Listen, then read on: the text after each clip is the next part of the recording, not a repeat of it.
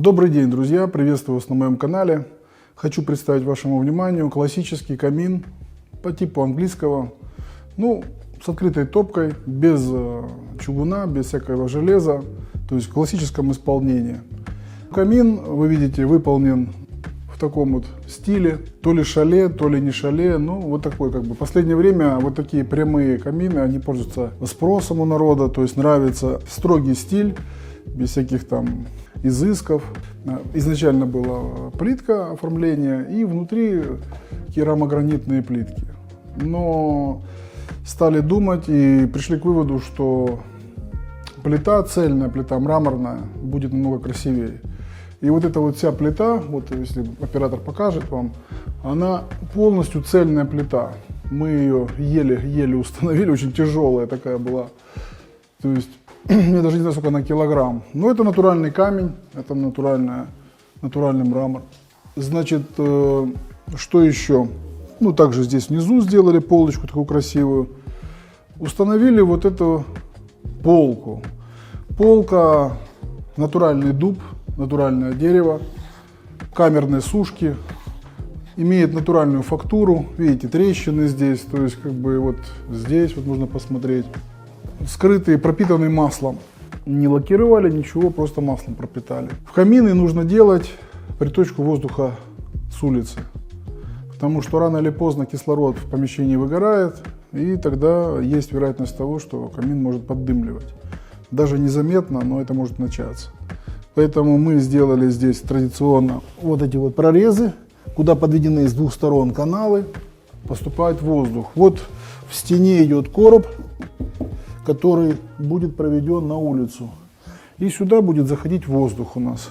Значит, сложность была при установке вот этой вот полки. Она достаточно тяжелая, это все-таки дуб.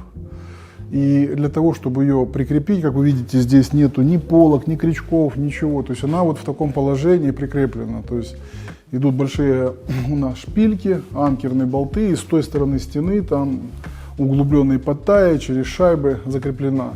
И также монтаж этой плиты тоже был. Он достаточно тяжелый, чтобы она держалась и не упала. И вообще водрузить ее сюда надо было приложить усилия. Также при установке вот этой полки нижней плиты надо иметь в виду, кто будет устанавливать. Это для печников, наверное, для отделочников.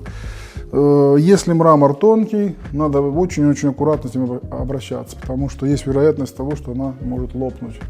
В нашем случае это произошло, то есть при установке плита лопнула. Было 2 сантиметра, заказали 3 сантиметра. 3 сантиметра, вот плита, мрамор, вот она сейчас установлена. Также здесь обязательно у нас тепловые расширения, вот здесь, чтобы топка не давила на облицовку. И здесь у нас тоже тепловое расширение. Впоследствии заказчик сюда закажет какой-то заборчик кованый, для того, чтобы угли не сыпались вперед. Предлагаю зажечь его. Попробовать.